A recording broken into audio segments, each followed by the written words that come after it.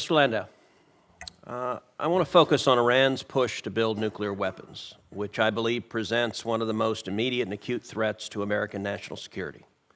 Under the first Trump administration, President Trump imposed maximum pressure, first by denying the Ayatollah oil revenue, then rescinding civil nuclear waivers, and ultimately by invoking UN snapback sanctions. The Biden administration dismantled that pressure, as the Iranian regime knew that they would, and so the regime began rushing to a nuclear weapon immediately after the November election. We know the result. Today, the Ayatollah has achieved a nuclear breakout time of nearly zero. We now face the very real possibility of an Iranian nuclear arsenal. I do not believe this is a threat the U.S. can tolerate, and I'm glad that the Trump administration is taking action.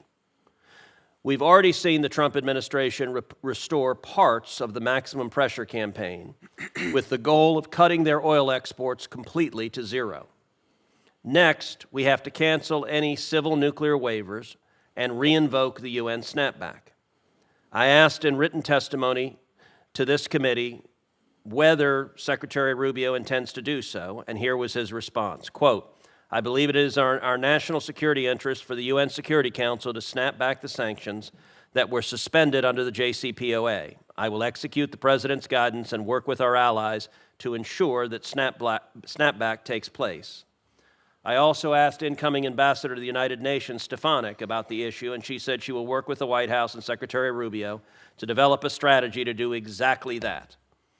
Both said an Iranian nuclear weapon poses an acute national security threat to the United States.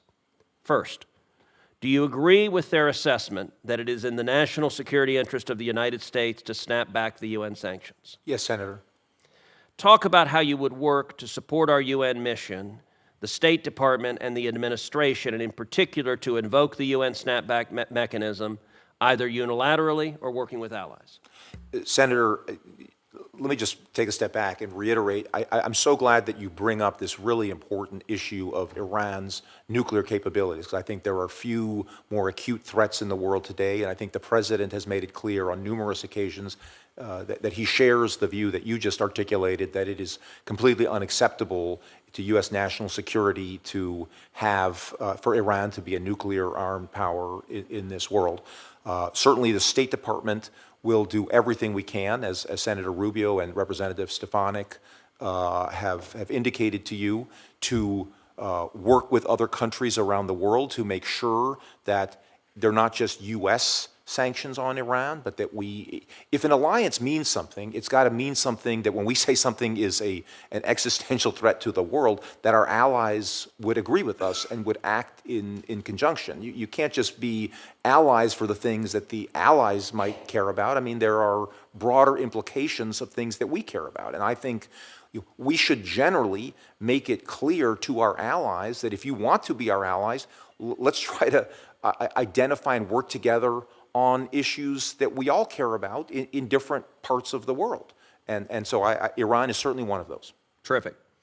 Mr. Whitaker, we've heard a lot of histrionics recently about President Trump's policies towards Europe and Ukraine. First, obviously and candidly, I've heard from colleagues on both sides of the aisle, the meeting between President Trump and Ukrainian President Zelensky was an inexplicable catastrophe. What we witnessed was an outburst that was completely out of line, delusional, and frankly, deeply disrespectful to the President of the United States. In my view, President Zelensky's behavior in that meeting will go down in history as the most disastrous Oval Office encounter ever. Zelensky's behavior was the exact opposite of what he should have been doing. The United States has provided Ukraine with hundreds of billions of dollars to support its fight against Russia, and yet his attitude was arrogant, and his actions didn't just harm Ukraine, they also harmed America. In fact, President Zelensky played right into Putin's hands by setting back efforts to end the war quickly. Any outcome that benefits Russia does not benefit America. The war must end, I believe, with a clear and unmistakable loss for Russia. After the war ends, the next question is going to be what Europe does with energy. And as you and I discussed, energy was a major cause of the war, with Joe Biden waiving sanctions on Nord Stream 2, which was the precipitating cause of the war.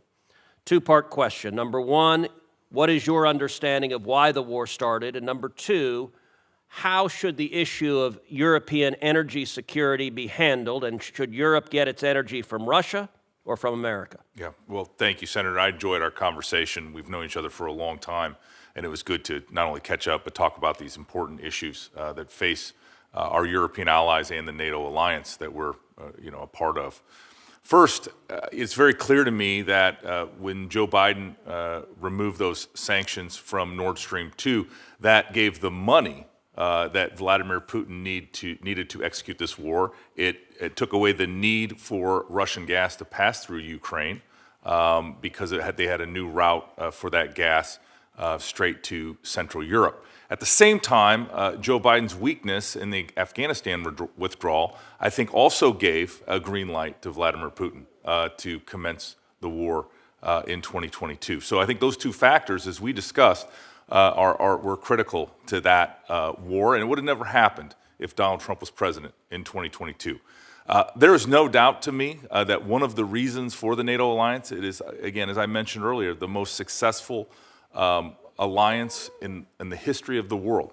But it also protects our allies, and our allies should protect us. And that includes not only military alliances, but trade alliances. And the fact that Europe continues to buy billions of dollars worth of gas from Russia instead of buying American liquid natural gas, I think is just a travesty. And hopefully we can increase that capacity to export here in the U.S. and for them to receive it in Europe so that dependence on Russia and the funding of Vladimir Putin's war machine can end.